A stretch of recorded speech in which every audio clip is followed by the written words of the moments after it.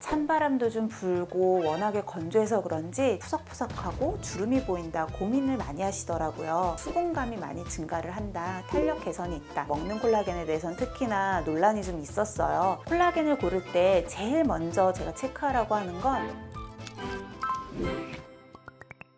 일반적으로 피부 건강을 챙길 때 가장 먼저 챙겨야 되는 게 진피층이라고 볼 수가 있어요. 표피와 그 밑에 있는 피하지방 사이를 연결해주는 역할을 하고 있고요. 피부를 단단하게 지켜주는, 그러니까 주름이 생기지 않도록 해주는 이 역할도 진피층에서 담당을 하거든요. 이 진피층의 대부분이 바로 콜라겐으로 구성이 되어 있기 때문에 우리가 피부 하면 콜라겐을 떠올릴 수가 있는 거죠. 콜라겐이 나이가 들면 점점 빠져요. 10대, 20대 때까지는 계속 증가를 하다가요. 20대 중반 정도가 피크점이고요. 이후로는 점차 감소를 하게 됩니다. 콜라겐이 감소하면 당연히 진피층을 짱짱하게 이렇게 받쳐주던 그 지지대가 사라지는 거니까 피부가 탄력을 잃고 좀 처지게 되겠죠. 체내에서 더 이상 합성이 제대로 되지 않아서 감소를 한다고 하면 사실은 보충해 줄 수 있는 방법은 먹어서 채우는 수밖에 없는 거예요. 일단 육안으로 봤을 때 주름의 개수나 주름의 깊이가 얕아진다라고 보고 있고요. 보습력이라고 하죠. 수분감이 많이 증가를 한다, 진피 치밀도가 좀 증가한다라는 것들이 기존에 있는 임상 연구로 좀 나와 있는 결과들이에요.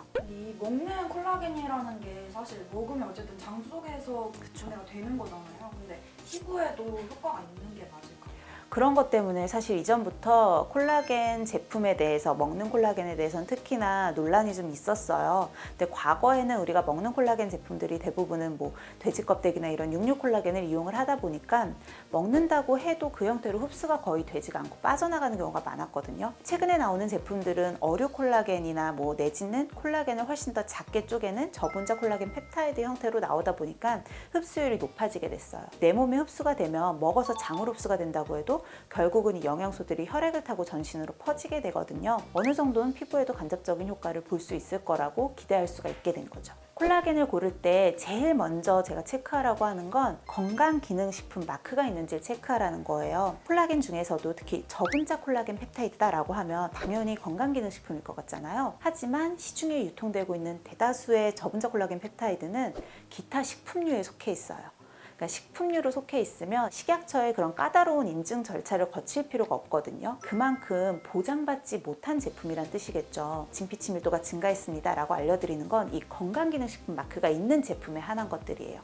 그래서 콜라겐 고를 때 제일 첫 번째로 골라야 되는 건 식약처에서 인증을 하고 있는 제품인지를 체크하시는 게 가장 중요합니다. 또 하나 좀 신경 쓰셔서 보시면 좋을 만한 게 크기예요.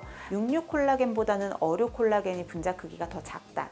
어류 콜라겐 중에서도 더 작게 쪼개서 가수분해한 저분자 콜라겐 펩타이드 형태가 분자 크기가 더 작다, 이렇게 알려져 있잖아요.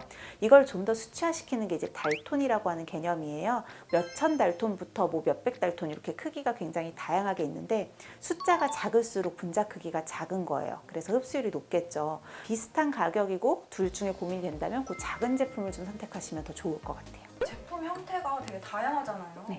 분말도 있고 젤리도 있고 이렇던데 이거는 효능이 다른 거예요?